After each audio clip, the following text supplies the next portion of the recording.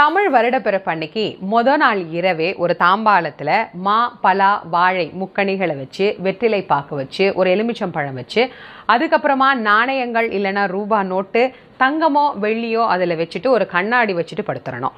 காலையில் எழுந்து நம்ம அதை முதல்ல பார்க்கறது அப்படிங்கிறதை கணிக்காணுதல் அப்படின்னு சொல்லுவோம். இப்படி பார்த்தா நமக்கு அந்த ஆண்டு முழுக்க நீடித்த ஆயுளும் நிறைந்த செல்வமும் நமக்கு.